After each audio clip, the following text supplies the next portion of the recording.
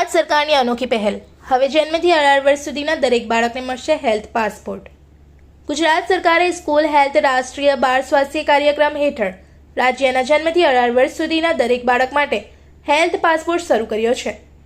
આ પાસપોર્ટ બાળકના જન્મથી કિશોરાવસ્થા સુધીના આરોગ્ય સંબંધિત તમામ રેકોર્ડ એક જ દસ્તાવેજમાં ઉપલબ્ધ કરાવશે।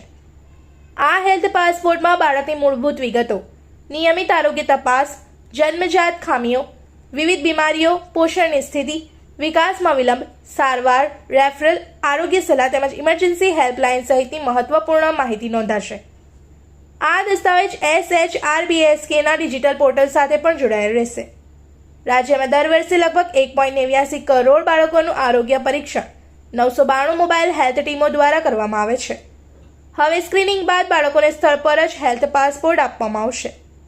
5 વર્ષ સુધીના અથવા શાળાએ ન જતા બાળકોનું પાસપોર્ટ PHCના મેડિકલ ઓફિસર દ્વારા દર વર્ષે રિન્યૂ કરવામાં આવશે, જ્યારે શાળામાં અભ્યાસ કરતા વિદ્યાર્થીઓનું પાસપોર્ટ શાળાના પ્રિન્સિપલ દ્વારા રિન્યૂ થશે।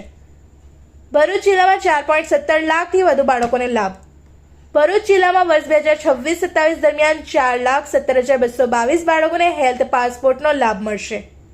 સરકારના જણાવ્યા મુજબ હેલ્થ પાસપોર્ટનો મુખ્ય હેતુ માત્ર મેડિકલ રેકોર્ડ તૈયાર કરવાનો નથી, પરંતુ માતા પિતાને બાળકોના આરોગ્ય સંચાલનમાં વધુ સક્રિય ભાગીદાર બનાવવાનો છે, જેથી બાળક, પરિવાર અને આરોગ્ય વ્યवस्था વચ્ચે વધુ મજબૂત જોડાણ ઊભું થઈ શકે।